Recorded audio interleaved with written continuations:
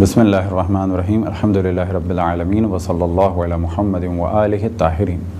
موضوع گفتگو مستحبات نماز میت، یعنی وہ کام جو نماز میت میں مستحب ہیں، اور پھر اس جانب توجہ دلائیں، جیسا کہ پہلے ہم نے بعض سابقہ لیکچرز میں توجہ دلائی کہ مستحب وہ عمل ہے کہ اگر کیا جائے تو اس کا ثواب ہے، اور اگر چھوڑ دیا جائے تو گناہ نہیں ہے۔ پہلی مستحب چیز جو نماز میت میں مستحب ہے وہ ہے یہ کہ نماز پڑھنے والا غسل، وضو، اور اگر وہ غسل یا وضو نہیں کر سکتا تھا تو تیمم سے ہو۔ تو نتیجہ یہ ہوا اس پہلے مستحب کو بیان کرنے کا کہ پہلے بھی ہم نے توجہ دلائی کہ نماز میت کے لیے واجب غسل کا انجام دیا جانا یا وضو کا انجام دیا جانا واجب نہیں ہے بلکہ مستحب ہے۔ دوسری چیز جو مستحب ہے وہ یہ کہ نماز میت پڑھنے والا ننگے پیر ہو، یعنی جوتے پہن کے نماز میت پڑھی جا سکتی ہے، لیکن اگر ننگے پیر ہو تو بہتر ہے۔ تیسری چیز جو نماز میت میں مستحب ہے وہ یہ کہ اگر جس میت کی نماز پڑھی جا رہی ہے اگر وہ مرد ہے تو نماز پڑھنے والا بالکل درمیان میں کھڑا ہو، اور اگر وہ خاتون کی میت ہے تو پھر اس کے سینے کی جانب کھڑا ہو۔ چوتھا مستحب عمل یہ کہ نماز پڑھنے والا اتنا میت سے قریب کھڑا ہو کہ اگر ہوا چلے تو اس کا لباس میت سے یا اس کے تابوت سے، اگر وہ میت تابوت میں ہے تو ٹکرائے۔ پانچواں مستحب عمل یہ کہ نماز میت پڑھنے والا ہر تکبیر پر ہاتھوں کو اس طرح سے بلند کرے، اللہ اکبر۔ چھٹا مستحب عمل یہ کہ نماز میت جماعت سے پڑھی جائے۔ ساتواں مستحب عمل یہ کہ اگر جماعت سے پڑھی جا رہی ہے تو امام جماعت کی آواز اتنی بلند ہو کہ نماز پڑھنے والے سن سکیں۔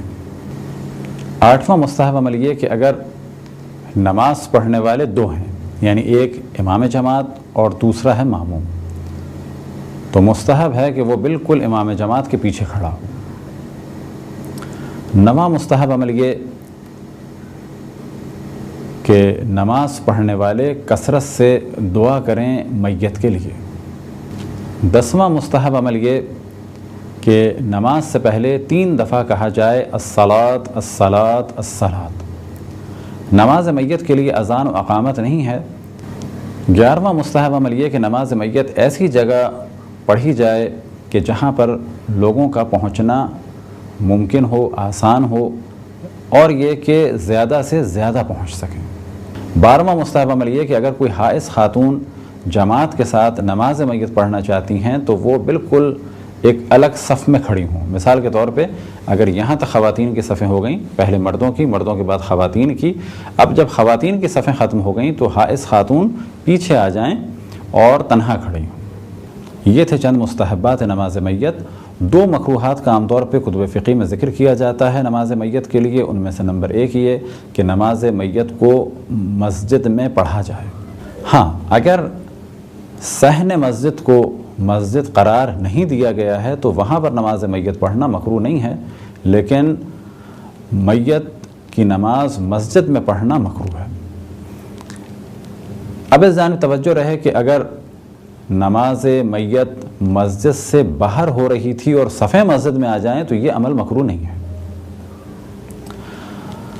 پس نماز میت مکروہ ہے مسجد میں، تمام مساجد میں، لیکن جو سب سے عظیم مسجد ہے یعنی مسجد الحرام، یعنی وہ مسجد کہ جہاں پر کعبہ ہے، جہاں کعبۃ الشریف ہے، اس مسجد میں اگر نماز میت پڑھی جائے تو یہ عمل مکروہ نہیں ہے۔ البتہ اس جانب توجہ رہے کہ اگر میت سے کچھ نجاست خارج ہو رہی ہے جس سے مسجد نجس ہونے کا خطرہ ہے تو ایسی صورت میں تو یہ عمل حرام ہوگا، کیونکہ اس کے ذریعے سے مسجد نجس ہو جائے گی۔ دوسرا مکروہ عمل کہ جس کا عام طور پہ کتب فقہ میں ذکر کیا جاتا ہے وہ یہ کہ ایک ہی میت کی کئی نماز جنازہ مکروہ ہیں۔ پہلے ہم نے بیان کیا کہ جائز ہیں، یعنی ہاں جائز تو ہیں بلا شک۔